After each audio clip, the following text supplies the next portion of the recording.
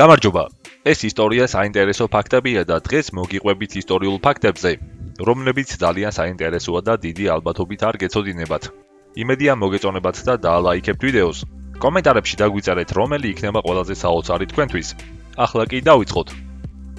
სულთანმა აბრაჰიმ პირველმა თავისი 280 ცოლის ზღვაში დახრჯობის ბრძანება გასცა. მას შემდეგ რაც გაიგო, რომ ერთ-ერთმა მათგანმა უღალატა.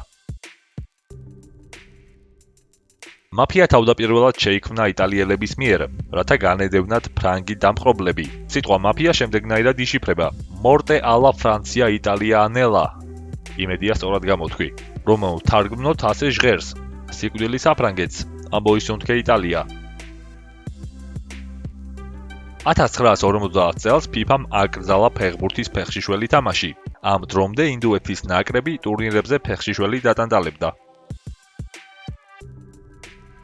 ფინეთში უკვე 20 წელია ტარდება ცოლების ხელში აყვანის და გადაყვანის ჩემპიონატი. გამარჯვებულს აძლევენ იმდენ ლუდს, რამდენსაც იწონის მისი მეუღლე. ყველაზე რთული სუდოკუ მსოფლიოში. შემუშავებულია არტო ნილოის მიერ. გავრცელებული ინფორმაციით ეს არის ყველაზე რთული სტრატეგიული თამაში მსოფლიოს მასშტაბით. შეგიძლიათ სცადოთ ამოხსნა. მევცადე. გენიალური ფრანგი მწერალი ალექსანდრე დიუმა საქართველოში მოგზაურობის დროს ერთ-ერთი წიგნის მაღაზიაში ვიზიტს აპირებდა, რის შესახებაც ინფორმაცია ამავე მაღაზიის მფლობელმა მწერლის სტუმრობამდე ცოტა ხნით ადრე გაიგო. მაღაზიის მეპატრონემ მწერლის დიდი თაყვანისმცემელიც გახლდათ. ამიტომ გადაწყვიტა მის საპატივცემულოდ სასიამოვნო სიურპრიზი მოემზადებინა და ყველა თაროზე მხოლოდ დიუმას ნაწარმოებები გამოფინა. სტუმრად მისულ დიუმას თვალში მოხვდა ეს გარემოება და მაღაზიის მეპატრონეს ჰკითხა: რატომ არ იყო მაღაზიაში სხვა ავტორების ნაწარმოებები? დაბნეულმა მაღაზიის მეპატრონემ კი ამ სიტყვებით უპასუხა: სხვა მწერლების აბსოლუტურად ყველა ნაწარმოები გაიყიდა.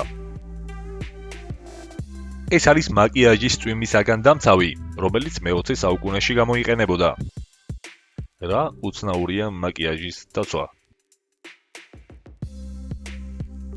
აი ასე ემზადებოდნენ მადრასის სტუდენტები გამოცდებისთვის. ისინი ამაგრებდნენ თმებს კედელზე, რომ სწავლის დროს არ ჩასწინებოდათ. ეს ხდებოდა ბრიტანეთის ინდოეთში 1900 წელს. ლუდოვიკო მე-16-მ კარის ასტროლოგის სიკვდილით დასჯა გადაწყვიტა, იმის გამო, რომ მისი წინასწარმეტყველება ახდა და მეფის ფავორიტი ქალი მოწამლეს. სიკვდილით დასჯის დღეს, უკანასკნელ წუთს, მეფემ ირონიულად ჰკითხა: ყველას ბედს რომ წინასწარმეტყველებს საკუთარი სიკვდილის თარიღი რატომ არ იწინასწარმეტყველეო? გონებამახვილმა წინასწარმეტყველმა უპასუხა, რომ იგი მეფეზე 3 დღით ადრე გარდაიცვლებოდა. შეშინებულმა ლუდოვიკომ სიკვდილით დასჯის ბრძანება გააუქმა. ასე გადაირჩინა თავი ასტროლოგმა. დიოგენეს კითხეს: რატომ აძლევენ ადამიანები ფულს შეზღუდული შესაძლებლობების მქონე ადამიანებს და ღარიბებს? ბრძენ ხალხს კი არაფრით ეხმარებიან, იმიტომ რომ შესაძლოა ისინი ერთ დღეს გახდნენ შეზღუდული შესაძლებლობების ადამიანები ან გაღარიბდნენ და სხვებისაგან დაალოდებიან დახმარებას, მაგრამ ზუსტად იციან, რომ ვერასდროს გახდებიან ბრძენები. რამდენიმე საინტერესო ფაქტი მაიას ცივილიზაციაზე. მაიელებმა პირველად შემოიღეს ნულის მნიშვნელობა. მაიელებმა შექმნეს სრულყოფილი კალენდარი, რომელიც შედგებოდა 365 დღისგან. მაიელებმა დაამზადეს პირველად შოკოლადი. მაიას ტერიტორიაზე არსებობდა 1000-ზე მეტი ქალაქი. მაიას დედაქალაქს ჰქონდა სკოლები, ბიბლიოთეკები და უზარმაზარი სპორტული მოედნები. მაიური წარმოშობის რიგობერტა მენჩუტუმ 1992 წელს ნობელის პრემია აიღო მშვიდობის დარგში. დღეს 7 მილიონზე მეტი მაიური წარმოშობის ადამიანი ცხოვრობს ამერიკაში, რომლებსაც არ დაუკარგავთ ენა, ტრადიციები და რელიგია. ღმერთმა შექმნა ადამიანი. ბატონმა კოლტმა ისინი გაათანაბრა. სურათზეა სამუელ კოლტი, ლეგენდარული კოლტ რევოლვერის შემქმნელი. ეს არის საქართველოს დემოკრატიული რესპუბლიკის ფული. ვახუშტი ბაგრატიონის მიერ შედგენილი ევროპის რუკა 1752 წელი. კოკა-კოლას რეკლამა 1960-იან წლებში. ნაიკი ბერძნული ქალღმერთის ფრთის სიმბოლოა.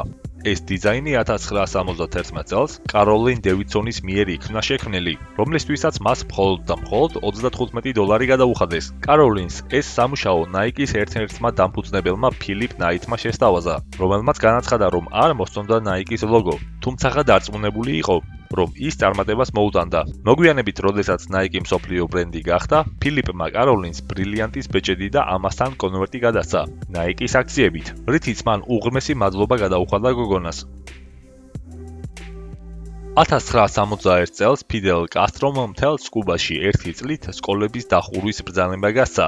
მეექვსე და უფრო მაღალ კლასელებს დაევალათ თანამემამულეებისთვის წერა-კითხვის შესწავლა. მომდევნო წელს წერა-კითხვის უწოდინრობა 38%-დან 3.6%-მდე შემცირდა. ეს სტივენ უილტშირია, აუტიზმის მქონე მხატვარი. მას საოცარი ნიჭი აქვს. ერთხელ დანახული ქალაქების საოცარ პეიზაჟებს ხატავს. ელისაბედ მეორემ ხელოვნებაში შეტანილი წვლილისთვის ბრიტანეთის იმპერიის ორდენი გადასცა. საბჭოთა არმიაში უკან დახევას უფრო მეტი სიმამაცე სჭირდება, ვიდრე შეტევას. ეს გახლავთ იოსებ სტალინის სიტყვები. ბელადის ბრძანებით მიიღეს კანონი არც ერთი ნაბიჯი უკან, რომლის მიხედვითაც ნებისმიერ უკან დამხევ ჯარისკაცს ან პანიკაში ჩავარდნილ ჯარისკაცს თავში ესროდნენ. ამისათვის გამოყოფილი იყო სპეციალური ჯგუფები. ეს ყველაფერი დაახლოებით ასე ჩანს. ჯობია სანგრიდან ამოხდე და გერმანელებისკენ გაიქცე. უფრო დიდი შანსია გადარჩე. რადგან უკრინან აუცილებლად გიმიზნებს შენიანი. პარიზული გაზეთების სტატიების სათაურები. ნაპოლეონის კუნძულ ელბადან წამოსვლიდან პარიზში ჩასვლამდე 20 დღის განმავლობაში. კორსიკელი ურჩხული გადმოდის ჟუანის ნავსადგურში. კაცი ჭამია გრაბისკენ მიდის. უზურპატორი გრენობლში შევიდა. ბონაპარტმა ლიონი დაიკავა.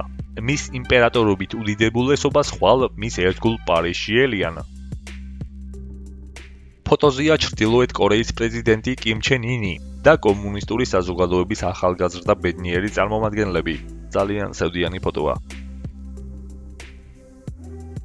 1785 წელს ეს ბეჭედი იპოვა გლეხმა, რომელიც საკუთარ ნაკვეთს ბარავდა. ბეჭედი 12 გრამს იწონის. მისი დიამეტრი კი 25 მმ-ია, რაც მიუთითებს იმაზე, რომ ამ ბეჭედს ხელთათმაზე გარედან იკეთებდნენ. სავარაუდოდ ცერათითზე. ისტორია ამით არ დამთავრებულა. მე-19 საუკუნის დასაწყისში ბეჭდის პოვნის ადგილიდან 130 კილომეტრში იპოვნეს ძველი რომაული ფილა. ამ ფილაზე ვინმე სილვიანე კელტების ღმერთს ნონდეს სთხოვდა და ესაჯა სენიციანე, რომელსაც ის საკუთარი ბეჭდის მოპარვაში სდებდა ბრალს. ის ნონდეს სთხოვდა მოეკლა სენიციანე და მთელი მისი ოჯახი, თუ ის მას საკუთარ ბეჭედს არ დაუბრუნებდა. 1920 წელს არქეოლოგებმა ხელახლა დაიწყეს ამ ორი არტეფაქტის შესწავლა. მათ მიიწვიეს ანგლოსაქსური ენების და ლიტერატურის პროფესორი ჯონ რონალდ რუელ ტოლკინი, რომელსაც შესწავლის პროცესში კონსულტანტის როლი უნდა შეესრულებინა. სწორედ ეს რომაული ბეჭედი იქცა საურონის ბეჭდის პროტოტიპად. პირველი მანქანის სახალხო ჩვენება 1 საათით დაგვიანდა, რადგან საწარმოს კარი მანქანაზე უფრო ვიწრო აღმოჩნდა და ფორდი იძულებული გახდა კედელი საკუთარი ხელით ენგრია. ისლანდიის პარლამენტი არის მსოფლიოში ყველაზე ძველი, რომელიც ფუნქციონირებს 930 წლიდან. ძალიან საინტერესო არჩევნები პირიქით, იგივე ოსტრაკიზმი. ძველ ათენში ტარდებოდა არჩევნები, სადაც ხალხი წერდა პიროვნების სახელს სპეციალურ ფირფიტებზე, ოსტრაგონზე, რომელიც მათი აზრით ყველაზე საშიში იყო დემოკრატიისთვის, ვისაც ჰქონდა ამბიცია მისწრაფება ტირანობისკენ. არჩეულს აძევებდნენ ათენიდან 10 წლით. ამგვარად არაერთი ათენელი დაისაჯა მათ შორის სპარსელებთან ომის გმირი თემისტოკლეც. ეს მსოფლიოს უდიდესი ოჯახია. ოჯახი, სადაც მშობლებს შეიძლება ითქვას, უთვალავი შვილი ჰყავთ. ყველაზე მეტად გასაკვირი ის არის, რომ თითოეულ მშობიარობაზე დედამ ტყუპები გააჩინა. 16 ჯერ 2 ტყუპი, 7 ჯერ 3 ტყუპი და 4 ტყუპი 4 ჯერ. სამწუხაროდ ოჯახის სხვა ფოტო არ მოიპოვება. ესპანელ საგამოჩენამდე საუკუნეების მანძილზე ინკები სამხრეთ ამერიკის ანდებში ვრცელ და კარგად ორგანიზებულ იმპერიას მართავდნენ. ამ იმპერიის მმართველი საპა იმპას ტიტულს ატარებდა. მას ეთაყვანებოდნენ როგორც ღმერთს, რადგან სჯეროდათ, რომ მზის ღმერთი შთამომავალი იყო და მართვის უფლება თავად მან მიანიჭა. ეს ყოველივე გამოიყენა კონკისტადორმა ფრანსისკო პისარომ. მან შეიპყრო ინკების იმდროინდელი მეფე ღმერთი ატაუალპა და სიკვდილით დასაჯა. რის შემდეგაც ინკების დეორგანიზებული ჯარი დამარცხდა და ეს ცივილიზაცია დაემხო. ეს ყველაფერი მოხდა ძალიან ცინიკურად და გაუგონარი სიხარბის ფონზე, მეტისმეტად ცინიკური სისასტიკით, როგორი სისასტიკის დონეც ძალიან ცოტა თუ შეგხვდება ისტორიაში. ატაუალპამ თხოვა, რომ რაც გინდა ყველა შენი მოთხოვნა შევასრულე, მთელი დარბაზი ოქროთი გაგივსე, იმპერატორობაზე უარი ვთქვი და სიკვდილით თუ დამსჯი, არავით არ შემთხვევაში არ დამწვათო. რადგან ინკებს ჯეროდათ, რომ თუ სხეული განადგურდებოდა, მაშინ სულიც აღარ იარსებებდა, მაგრამ ისა, რომ ის მაინც კოცონზე დაწვით გამოასალმა სიცოცხლეს, მიუხედავად იმისა, რომ ატაუალპამ სიკვდილის წინ ქრისტიანობაც კი მიიღო. გონი ჯობდა ბოლოს რამე მხიარული მეთქვა, მაგრამ ასე დასრულდა ჩვენი ვიდეო. არ დაგავიწყდეთ არხის გამოწერა და შევხვდებით შემდეგ ვიდეოში. ნახვამდის.